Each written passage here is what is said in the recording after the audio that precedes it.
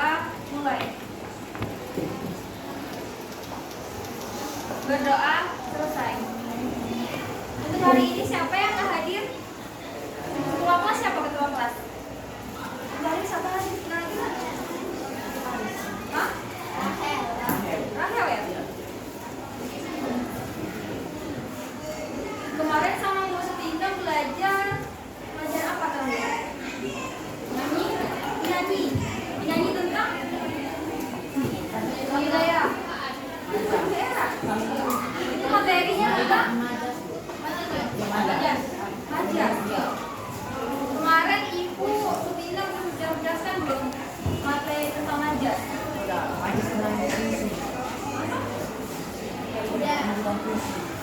Majas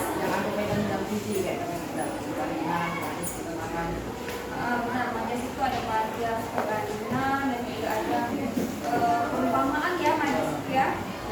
Hari ini kita akan menulis tentang puisi. Ada yang tahu nggak apa itu puisi?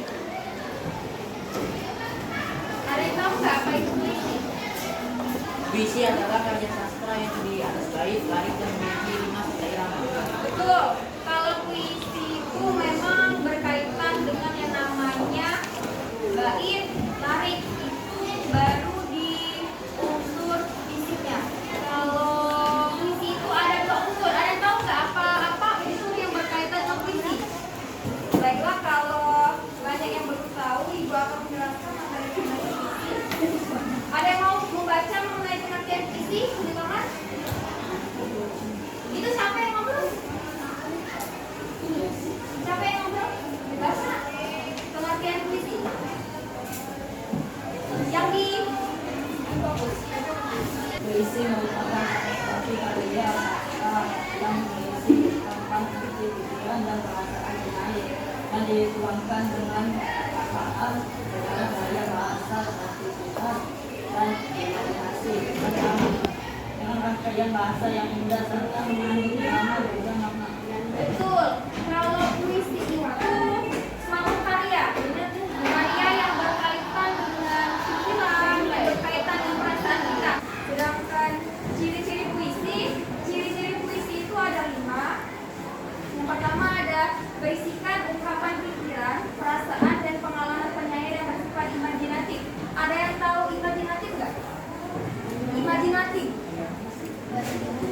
Ya, betul, berimajinasi. Ya, hayalan. Kalau imajinasi itu bersifat hayalan kita. Terus menggunakan bahasa konotatif. Ada yang tahu nggak apa itu konotatif? Konotatif. Ada yang pernah dengar nggak konotatif dan denotatif? Kalau konotatif itu bukan sebenarnya, ada yang pernah melihat kebakaran? Biasanya ada yang pernah bilang itu si jago merah nggak? Nah, itu konotatif.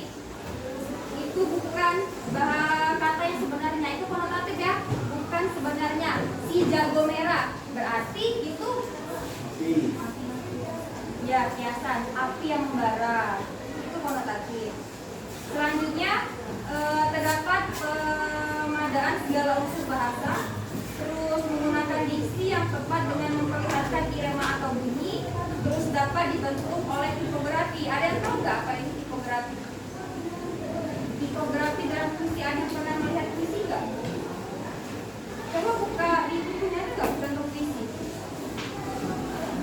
Ya kalian berapa? Di halaman 139.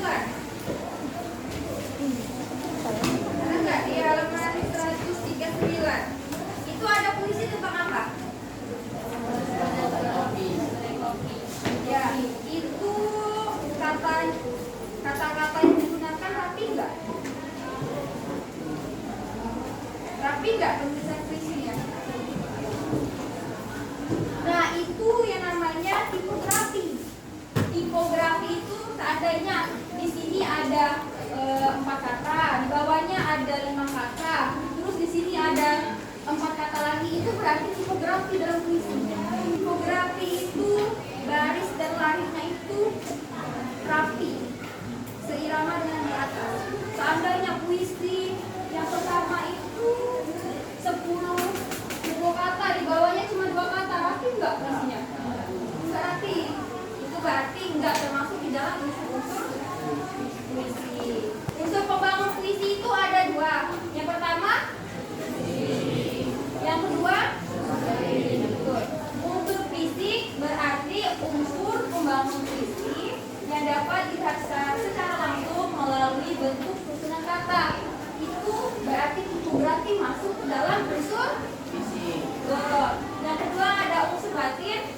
batin merupakan suatu cara mengungkapkan berdasarkan suasana hati, perasaan, dan suasana jiwa yang dirasakan oleh seseorang. Bisa dilihat ada 5 unsur fisik dalam membuat puisi. Ada yang bisa mau membacakan? Yang pertama, diksi. Diksi adalah pilihan kata yang dapat menimbulkan imajinasi serta konsep. Kata-kata harus memperjelas isi agar menimbulkan imajinasi penglihatan, pendengaran, atau perasaan membaca. Keempat, ada saja bahasa figuratif terdiri atas penyiasan yang menimbulkan makna bias dan kelambangan yang menimbulkan makna dalam. Yang kelima, ada tipografi. Tipografi merupakan bentuk puisi seperti halaman yang tidak ditulis secara rata.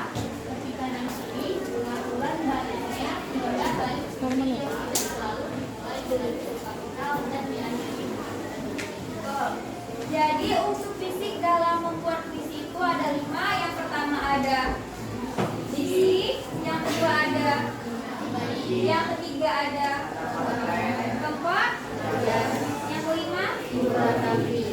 Ini ada yang tahu nggak apa itu perbedaan imaji dan imajinasi? Imaji dan imajinasi itu berbeda ya nak? Ada yang tahu nggak imaji? Indra manusia itu ada berapa? Katanya kulit itu untuk rasa, mata untuk lihat, hidung untuk mulut, lidah, rasa. Imajinasi hayalan. Berbeda dengan imaji. Ingat ya, imaji dan imajinasi itu berbeda. Kalau imaji berkaitan dengan indera. Misalnya, aku melihat sosok perempuan cantik jelita. Berarti yang digunakan indera mata. Itu imaji dan diimajinasikan. Tentunya imaji dan imajinasi itu berbeda ya. Nah, ingat ya. Terus ada unsur batin puisi. Ada yang mau membacakan? Insya Allah. Yang penting sekali yang megang. Kelihatan nggak?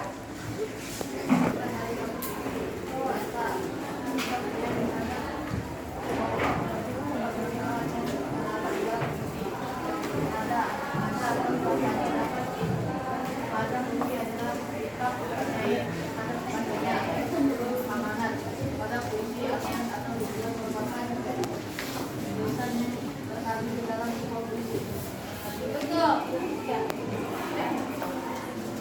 Unsur batin puisi itu ada tema, ada rasa, ada nada, dan ada. Untuk tema dan topik itu sama nggak? Tema dan topik itu berbeda. Kalau bunga matahari kuning cerah bersinar kemana, pagi biru menyapa mencari pagi. Kelopak bunga yang terbuka lebar menyambut sinar dari lembaga dan bersinar.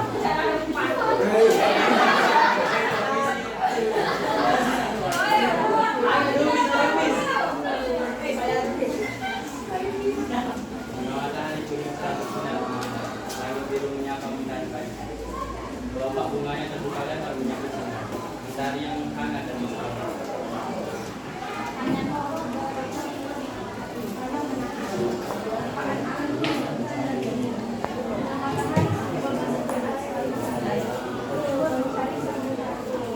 Oke, tangan dulu.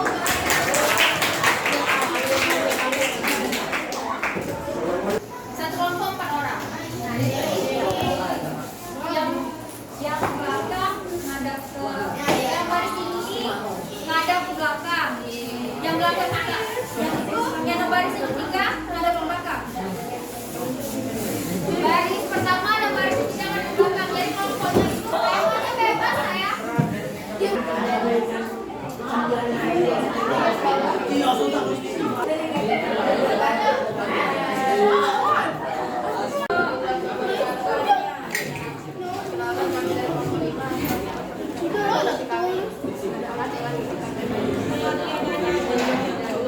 Nah, diperhatikan ya, diperhatikan tolong. Saya Manung lagi. yang kemarin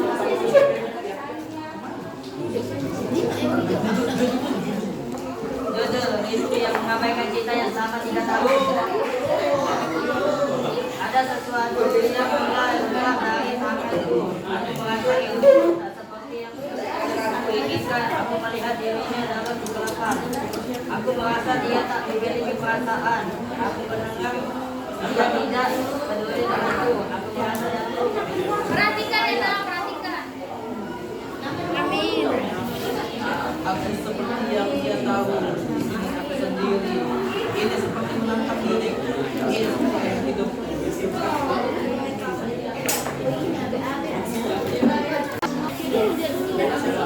Assalamualaikum warahmatullahi wabarakatuh. Perkenalkan, kami dari kelompok 6 akan membacakan puisi yang kami kerjakan. Sebelumnya kami perkenalkan dulu namanya. Nama siapa? Nama saya Nafar Ridwan. Nama saya Ryan Septian. Nama saya David Daniel.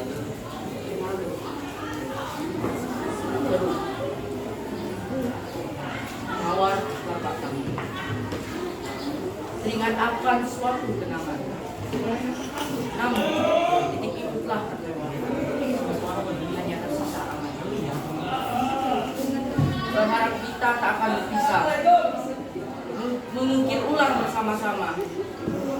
Antara mengalah atau salah. Mengemban cinta yang sudah sirna. Mendekat bayangan telah sudah. Walaupun tidak berarti apa-apa. Terus mencoba terlihat indah. Akhirnya pupus dan tersisa. Puisi, diksi, berdekat senak, imajinasi, melihat.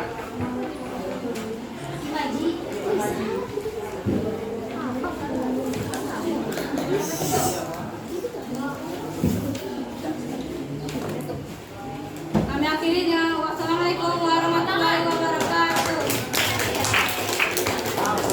Warahmatullahi wabarakatuh. Perkenalkan, kami dari kelompok 3 ingin membacakan puisi yang kami buat tentang judulnya Senja. Puisi ini akan dibacakan oleh Nafisa. Sebelum itu perkenalkan, nama saya Nafisa. Saya Afifah Zahira. Saya Syifa Alia. Saya Kalia Atoya. Itulah di sini akan baca. Judulnya Senja yang memiliki corak hingga keorenan yang mampu mengalihkan sepasang mata yang mengajar. Senja di bawah langit sore yang teduh mampu membuat siapapun merasa terpana akan kehangatannya.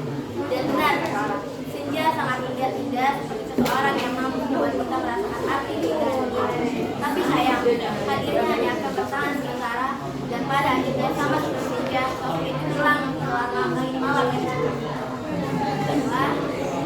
Baiklah, berakhir presentasi kami. Assalamualaikum warahmatullahi wabarakatuh. Waalaikumsalam. Apa yang dapat kalian pelajari? Yang kalian dapat dari pembelajaran pada hari ini? Apa? Bisa mengekspresikan diri. Ya betul, betul kata siapa? Kata Nafisa, puisi itu dapat mengekspresikan diri dan apa yang kita pikirkan. Puisi itu sebenarnya sempurna. Apa yang kita pikirkan, apa yang kita imajinasikan, apa yang kita ucapkan itu sudah termasuk puisi. Seandainya yang kalian pikirkan itu cinta, berarti itu sudah masuk dalam kata puisi. Jangan kalian beranggapan kalau puisi itu puisi itu susah banget. Enggak, puisi itu indah, enggak susah. Karena kalian beranggapan puisi itu susah, kita yang beranggapan jadi kalian itu susah memikirkan kata-katanya. Paham?